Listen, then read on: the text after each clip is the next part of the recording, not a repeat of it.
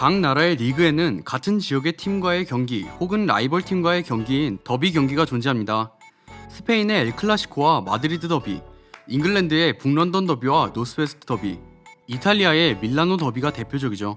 이 더비들은 정치적인 문제 혹은 지역적인 문제 등으로 인해 축구에서 라이벌 의식으로 나타나는 경우이기 때문에 라이벌 팀들 간의 팬들은 당연히 사이가 좋지 않은데요. 그렇기 때문에 라이벌 팀으로의 이적은 거의 성사되지 않습니다. 이적을 하더라도 선수 본인이 감당해야 하는 후폭풍이 크기 때문이죠. 하지만 그럼에도 불구하고 라이벌 팀으로 이적한 선수들이 있는데요. 그래서 오늘은 라이벌 팀으로 이적한 선수 탑5에 대해 한번 알아보도록 하겠습니다.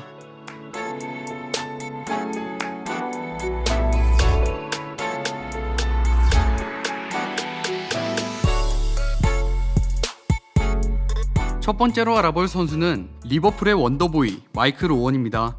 오원은 10대 때부터 프리미어리그 정상급의 기량을 보여주었던 슈퍼스타였는데요. 그는 97-98, 98-99 시즌 프리미어리그 공동 득점왕을 2년 연속으로 차지하며 스타덤에 올랐습니다.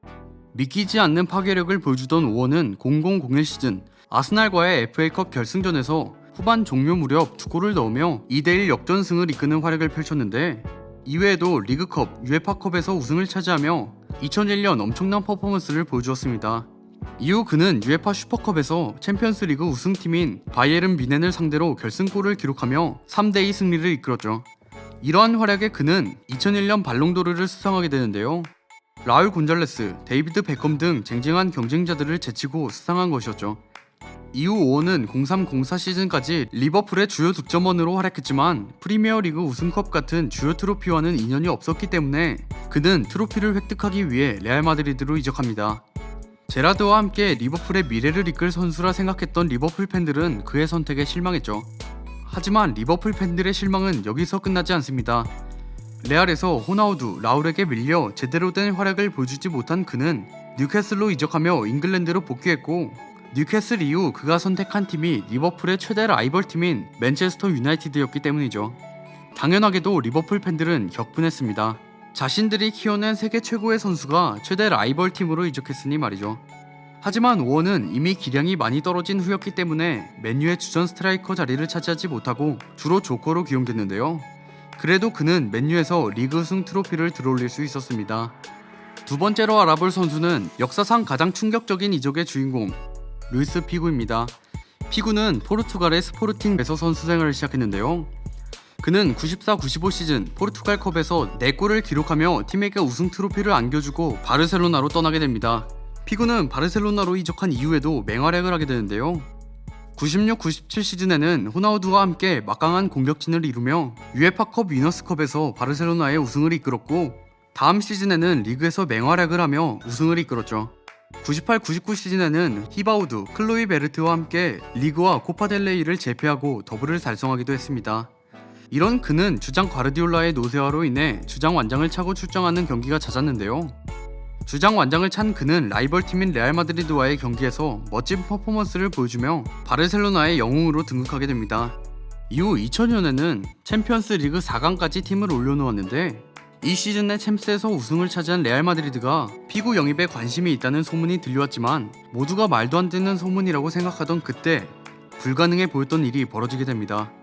레알 마드리드는 피구의 바이아웃 조항을 발동시키며 갈락티코 정책의 서막을 알리게 되죠. 바르셀로나에서 최강의 라이벌 팀인 레알 마드리드로 이적한 그는 순식간에 영웅에서 배신자가 되었습니다. 라이벌 팀으로 이적한 피구는 레알 마드리드에서의 첫 시즌 14골을 기록하며 라리가 우승을 이끌었죠. 라울을 제치고 레알의 에이스가 되었다 해도 과언이 아닐 정도였고, 2000년 발롱도르를 수상하며 세계 최고의 선수가 됩니다. 01-02 시즌에는 지네딘 지단이 영입되며 막강한 공격력을 보여주었는데요.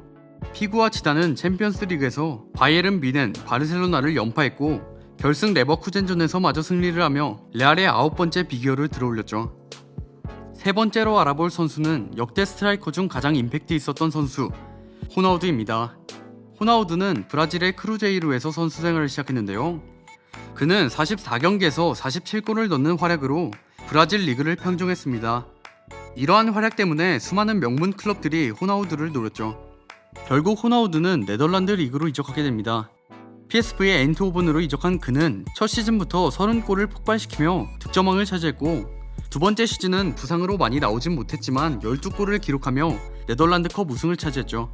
이렇게 큰 활약을 보여준 호나우두는 바르셀로나로 이적하게 됩니다. 바르셀로나에서 피구를 비롯한 많은 슈퍼스타들이 있었지만 호나우두는 바로 에이스 자리를 차지했죠. 라리가에서 우승을 차지하진 못했지만 리그에서만 34골을 기록하며 득점왕을 차지했고 유에파컵 위너스컵 결승전에서 골을 넣으며 팀을 우승시켰습니다. 그리고 코파델레이마저 우승을 차지했죠. 1996년 이러한 활약에 그는 20세의 나이로 발롱도르 2위를 차지했고 피파 올해의 선수상을 차지했는데요. 하지만 바르셀로나는 인테르가 거액의 제의를 해오자 그를 매각합니다. 결국 호나우두는 1년 만에 바르셀로나를 떠나 인테르로 이적하게 되죠. 인테르로 이적했지만 그의 실력은 변함없었습니다. 이적한 첫 시즌 득점 2위를 기록했는데 득점력뿐만 아니라 공격 전체를 이끌었죠. 그의 이런 활약에 인테르는 유에파컵 우승을 차지할 수 있었습니다. 결국 1997년 바르셀로나와 인테르에서의 활약으로 호나우두는 발롱도르를 수상했죠. 하지만 안타깝게도 그는 신의 재능을 가졌음에도 부상에 시달리게 되는데요. 치명적인 무릎 부상을 입은 그는 그전 같은 파괴력을 보여주지 못했고 결국 결정하는 경기가 많아졌죠. 하지만 그는 부상에서 회복하고 출전한 2002년 월드컵에서 엄청난 파괴력을 보여주며 레알 마드리드로 이적하게 됩니다. 갈락티코의 일원이 된 호나우두는 리그 23골을 기록하며 레알의 라리가 우승을 이끌었죠. 하지만 이후 호나우두는 자기 관리 실패, 부상 등의 이유로 더 이상 레알에 있을 수 없었고 AC 밀란으로 이적하게 됩니다. 하지만 이적 이후에도 기대에 못 미치는 활약을 보여주었죠. 호나우두는 은퇴까지 레알과 바르셀로나, 인테르와 AC 밀란 이 두 라이벌 팀에서 모두 몸담은 선수가 되었습니다. 네 번째로 알아볼 선수는 괴물 같은 피지컬을 지녔던 수비수 솔 캠벨입니다. 캠벨은 토트넘에서 프로에 데뷔한 선수인데요. 1군 데뷔 이후 그는 토트넘의 주전 센터백으로 자리매김하며 프리미어 리그에서도 손꼽힐 만한 기량을 선보였습니다. 그는 토트넘의 주장으로서 98-99 시즌 레스터 시티를 제압하고 리그컵에서 우승을 차지하게 되는데 이는 토트넘 생활 동안 유일한 우승컵이 되었죠. 98-99 시즌 PFA 올해의 팀에 선정되는 등 토트넘과 프리미어 리그를 대표하는 정상급 센터백으로 활약한 캠벨이지만 토트넘과의 계약을 연장하지 않았습니다. 2001년까지 캠벨은 토트넘과의 계약을 연장하지 않았고 FA로 자유이적을 할 수 있는 신세가 된 그는 충격적인 이적을 감행하게 되죠. 바로 북런던의 최대 라이벌 아스날로 이적한 것이었는데요. 토트넘 유스 출신의 주장 완장까지 찬 그가 자유계약으로 라이벌 팀에 이적했기 때문에 토트넘 팬들은 격분할 수밖에 없었죠. 아스날에 입단한 그는 티에리 앙리, 베니스 베르캄프 등 엄청난 선수들의 뒤를 든든하게 바쳤고 이적한 01-02 시즌에 프리미어 리그 우승을 차지합니다. 이후 아스날은 03-04 시즌 26승 12무라는 성적을 거두며 EPL 출범 이후 유일한 무패 우승을 달성하게 되었죠. 캠벨은 콜로투레와 함께 철벽의 수비진을 이루었고 리그 올해의 팀에 선정되는 등 아스날의 황금기를 지탱했습니다. 캠벨은 2006년까지 아스날의 핵심 수비수로 활약하며 두 번의 리그 우승과 두 번의 FA컵 우승을 차지했죠. 마지막으로 알아볼 선수는 유리몸이 아니었다면 최고의 선수가 되었을 스트라이커 로빈 반페르시입니다. 반페르시는 네덜란드의 페레노르트에서 데뷔하며 데뷔 시즌 유에파컵 우승의 주전 멤버로 활약했는데요. 하지만 그는 감독과 불화로 인해 매각 대상이 되었고 결국 헐값에 아스날로 이적하게 됩니다. 공격진에는 이미 앙류와 베르캄프가 있었으나 왼쪽 미드필더 역시 소화 가능했던 반페르시는 아스날의 차세대 유망주로 기대를 받았었죠.